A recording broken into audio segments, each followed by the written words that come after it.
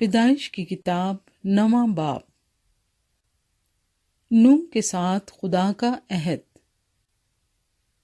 اور خدا نے نوح اور اس کے بیٹوں کو برکت دی اور ان کو کہا کہ بارور ہو اور بڑھو اور زمین کو معمور کرو، اور زمین کے کل جانداروں اور ہوا کے کل پرندوں پر تمہاری دہشت اور تمہارا روب ہوگا۔ یہ اور تمام کیڑے جن سے زمین بھری پڑی ہے اور سمندر کی کل مچھلیاں تمہارے ہاتھ میں کی گئیں۔ ہر چلتا پھرتا جاندار تمہارے کھانے کو ہوگا۔ ہری سبزی کی طرح میں نے سب کا سب تم کو دے دیا، مگر تم گوشت کے ساتھ خون کو جو اس کی جان ہے نہ کھانا۔ میں تمہارے خون کا بدلہ ضرور لوں گا، ہر جانور سے اس کا بدلہ لوں گا۔ آدمی کی جان کا بدلہ آدمی سے اور اس کے بھائی بند سے لوں گا۔ جو آدمی کا خون کرے اس کا خون آدمی سے ہوگا، کیونکہ خدا نے انسان کو اپنی صورت پر بنایا ہے۔ اور تم بارور ہو اور بڑھو اور زمین پر خوب اپنی نسل بڑھاؤ اور بہت زیادہ ہو جاؤ۔ اور خدا نے نوح اور اس کے بیٹوں سے کہا، دیکھو میں خود تم سے اور تمہارے بعد تمہاری نسل سے اور سب جانداروں سے جو تمہارے ساتھ ہیں، کیا پرندے، کیا چوپائے، کیا زمین کے جانور، یعنی زمین کے ان سب جانوروں کے بارے میں جو کشتی سے اترے، عہد کرتا ہوں۔ میں اس عہد کو تمہارے ساتھ قائم رکھوں گا کہ سب جاندار طوفان کے پانی سے پھر ہلاک نہ ہوں گے، اور نہ کبھی زمین کو تباہ کرنے کے لیے پھر طوفان آئے گا۔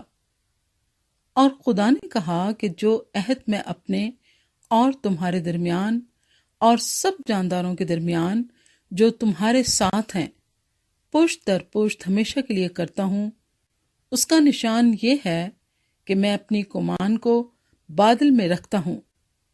وہ میرے اور زمین کے درمیان عہد کا نشان ہوگا۔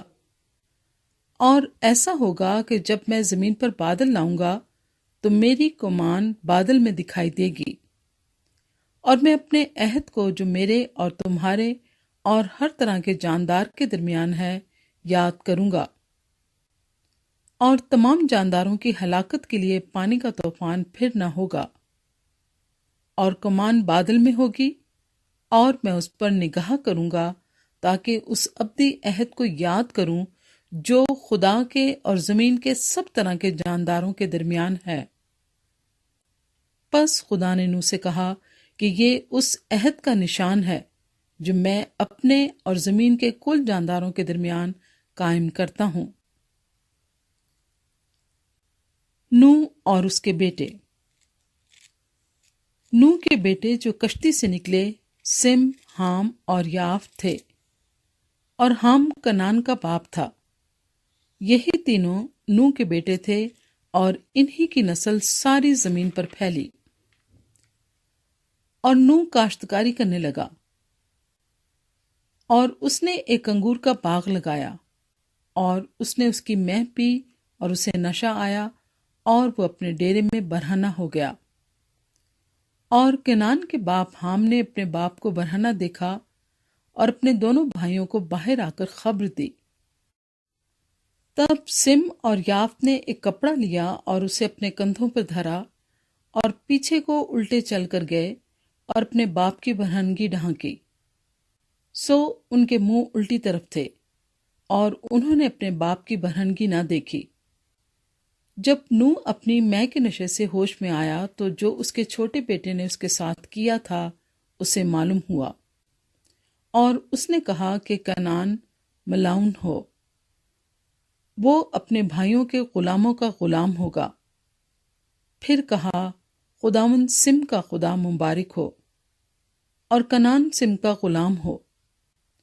خدا یافت کو پھیلائے کہ وہ سم کے ڈیروں میں بسے، اور کنعان اس کا غلام ہو۔ اور طوفان کے بعد نوح 350 برس اور جیتا رہا، اور نوح کی کل عمر 950 برس کی ہوئی تب اس نے وفات پائی۔